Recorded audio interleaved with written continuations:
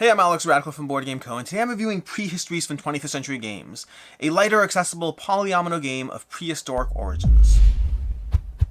Prehistories is a polyomino game of achieving various goals in the game, some fixed, some variable depending on the game, depending on how the setup and all that stuff. The basic idea of the game is you're bidding on polyomino pieces. You're going to have your hand of cards, you're going to start the game with some cards, and you're going to go ahead and be spending those cards every single round to gather polyomino pieces. More specifically, you're going to have the polyomino pieces that are populating on the map over here. We have these little spots over here, which will preload with polyominoes every single round. You're going to have a hand of cards with a variety of numbers, and then all players will choose exactly what they want to do. Now, this is the part where I might choose these two cards. Let's say the person over here chooses these two cards, and then we go ahead and reveal the cards on the table. Whoever has the lowest total will go first. So this 3 over here, because the total is 3, they're going to go before me because they have, well, 3 instead of 4. Now, what you get does depend. Specifically over here, right now with a total of 3, he can only get from this single spot over here. Specifically over here, the total of 1 to 3 or total of 4 plus can get this tile. Over here, total of 4 to 6 or 7 plus can get that tile, and I'll explain that a bit more in a second. And so right now, because he's going before me, he's going to take this 1 to 3, put it on his board. We'll deal with that in a second. Has to go on the left and move your way to the right, but he's going to put it on his board, and because the total was in the red category instead of the green category, he's going to go ahead and take a wound as well. A wound is something that happens when you're hunting. It's not an actual wound. We'll play out as it goes, and strictly speaking, he should actually just play his 1 and keep his 2 in his hand. But either way, we're going to go ahead and do that, and you'll take a wound. We'll cover the wound in a second. Going back to my turn, I'll spend that 4. I'll get the 2 piece, the 4 to 6. I'll be able to put that on my board, but again, I'm also going to take a wound as well. Now, a wound in this case just depends as far as how many cards you draw at the end of the round. More specifically, at the end of each round, you replenish your hand depending on what happened. If you did not get a polyomino piece, you'll draw 3 cards from your deck, adding them to your already existing cards. If you got a polyomino piece without a wound, effectively meaning you overpaid. So for example, had I paid that 4 for that 1 piece, then I would have gotten no wounds because 4 plus gives you no wounds, then you draw 2 cards. If you get 1 wound, then you go ahead and take a single card, and if you got multiple wounds, which can happen because you can distribute your cards amongst multiple things, we'll explain that in a second, but if you draw multiple wounds, you'll get no cards whatsoever. Multiple wounds basically means that, let's say you have a hand of cards, and you go ahead and spend your cards, and I go ahead and play all these cards down at once. Well, I can go ahead and divide them up how I want. I can say I'm going to spend this 4 over here to buy that card, and then spend this 7 over here to get one of these, but you can see how you can get multiple wounds once you're spending multiple cards, although again, all things remain true of a turn order. Whoever plays the lowest total will go first, and so trying to go for those larger pulls of multiple tiles, well, that will depend and won't happen that often. It will happen, but it will not happen that often.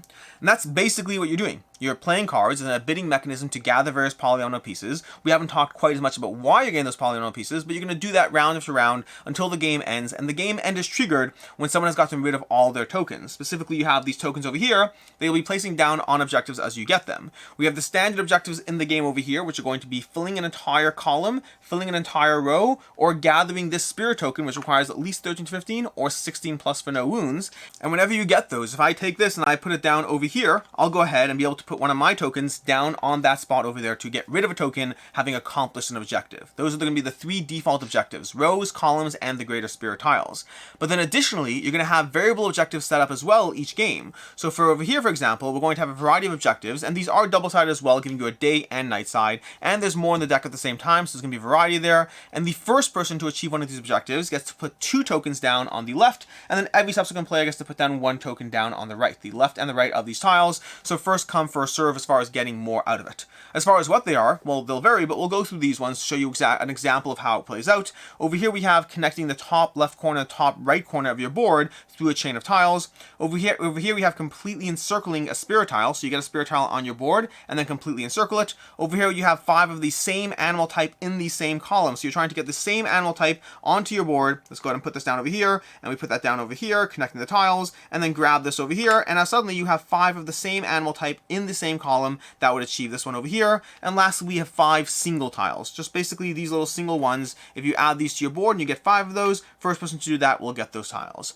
And that's the entire game. The entire game is place your cards, place your caveman cards, trying to acquire the various polyomino tiles that will work for what you're trying to do, being mindful of the various polyomino tiles that are currently out and whether they work for you, whether the animal type matters, whether the shape matters. Try to fill up your board, getting columns and getting the columns, rows, and spirit tiles you need. And then lastly, just for the sake of completionism at this point, whenever you cover these little hands over here, you also drop that many cards. And the way it works is this spirit tile would actually be illegal. You have to start from the left, move your way across the board. You have certain presets set spots on the board that you can move your way through, but that is effectively Prehistories. Play your cards, gather your tiles, fulfill your objectives, and do so as efficiently and fast as possible before the other players get to theirs.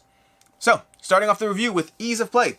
Ease of play, the game is incredibly easy. The entire rulebook is a handful of pages, and half of it's covering the various tiles. It's like 1, 2, 3 pages. It looks like 3 pages of actual rules to cover how to play the game. It's very simple, very easy. Play cards, gather polyomino tiles, try to complete objectives, do so as fast as possible. Game teaches in 5-10 minutes, if 10 minutes would be a stretch, and the game plays in around half an hour. Table space is fairly minimal. As far as player count, this is a 2 to 5 player game. I have played this one at 2 and 3 players so far. I haven't tried out the higher player counts, and I'm curious to see how that scales, specifically because the number of polyomino pieces you have every single round are, well, very, very finite. And so I wonder how much you get done at higher player counts. The game board does change. If we go ahead and flip this over, the game board does shift up a bit at higher player counts, so you do have some more, but I'm curious just how tight it gets. I'll say even at 3 players, 2 you get enough tiles that it's not like that tight, but even at 3 players, you're already feeling a bit more constricted as far as how often you get a bunch of tiles, and it's more about the number game of trying to play the lower thing to get what you want, but also making sure to keep your hands replenished. All that works. I'd say 2 and 3 players were both fine, but again, I haven't played it at 4 and 5. As far as what I like, don't like, and can see others not liking. Starting off the fact that this is cute, charming, accessible, all fun little words as far as polyomino games go. This is an easy game to dive into. It's an easy game to teach. It's got great artwork. The goals keep things interesting. The variable goals keep it an interesting challenge as far as what you're trying to do and how it changes game to game. The standard goals have the standard just completionist aspect of rows and columns. Spirit tiles are just nice chunks of tokens over there. And all that stuff is just simple. It just works as far as the game goes. I don't have a ton of things that I like here because the game is simple, to the point, does what it does well, but isn't overly impressive at the same time. As far as what I don't like, it kind of feeds into what I just said over there, which is this game is on the lighter side. That's not necessarily a bad thing, it just depends on what you're looking for. This is a great introductory polyomino experience that I can highly recommend for being a great introductory polyomino experience. At the same time, while the game is cute, charming, accessible, easy to teach, easy to play, at the end of the day, it does drift towards the lighter side, and I personally am already more into heavier, meatier polyomino experiences. As far as I can see others not liking, first of all, the way the tiles get set up over here, it's a little weird grabbing the tiles because you're kind of trying to like place random tiles on the board, but you're doing so based on seeing the tiles. It almost needs a bag to store the tiles, so you don't have to like, just be like, I'm going to secretly grab this one, which is the one I need, even though that it could have been anything. You're grabbing them from a tile face up, and it works, but it's a little bit degree of choosing when it feels like you shouldn't be choosing. And then secondly, the game is very short. You may not be looking for a game that's this short. This game plays in roughly half an hour, and even half an hour might be on the long side. It could be a 25-minute game as you grab your polyominoes, as you place them out, as you accomplish your goals, and as somebody knocks out the victory before you even have a chance to wonder exactly just how quickly the thing's moving. It is a quick and fast-paced introductory polyomino experience. As far as final thoughts on Prehistories, I have nothing but good things to say, but also with the cap that it's not a game that is deep enough to overly compel me. Prehistories is light, it's simple, it's charming, it plays in a short time frame, it teaches well, it has great artwork, it'll pull you in, it is a great introductory gateway polyomino experience. But like I said already, it's one that doesn't do enough to overly keep me invested in what the experience is doing. You have that bidding mechanism to get the tiles, but the tiles are so infrequent and rare, and it doesn't feel that punishing or different. When you don't get what you want, you end up getting more cards back for the next round, so it doesn't feel that tight. To me, the game's primary degree of interest comes from the fact that there is a degree of efficiency as far as how to accomplish your goals more efficiently than other players. Which combinations of goals you think you can go for? Well, I can go for, if you're going for this goal over here, inherently, if you get a full line down and across, you're getting a row, a column, and that's going to be 4 of your tokens off the bat. And so trying to find those little edge cases, or even better, if you go ahead and combine it with this and get the same type of animal, that could be 6 tokens off the bat. 6 tokens gone. And so there's small degrees of efficiency as far as how you combine things in different ways that make the experience better and give you a degree of tightness as far as how you're planning. But again, it still is very much on the lighter side. Overall, this is a 3 out of 5 for me. 3 out of 5. It's a good game. I do recommend it, with the caveat that if you're looking for heavier polyomino experiences or heavier experiences in general, then this one won't be a fit for you.